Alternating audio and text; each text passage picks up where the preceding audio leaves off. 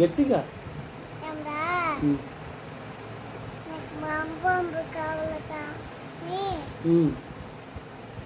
ఇంకా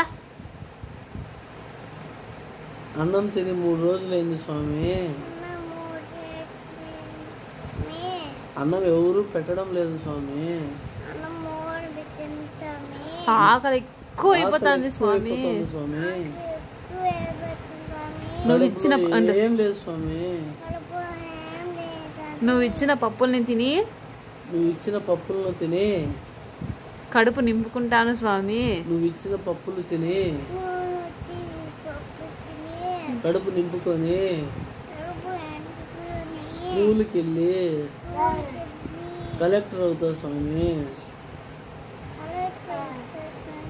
పప్పులే స్వామి. దేవుడా పప్పులు. దేవుడా పప్పులు. కళ్ళు మూసుకో. దేవుడా పప్పులు. కళ్ళు మూసుకోవాలా? కళ్ళు తెరచకూడదు.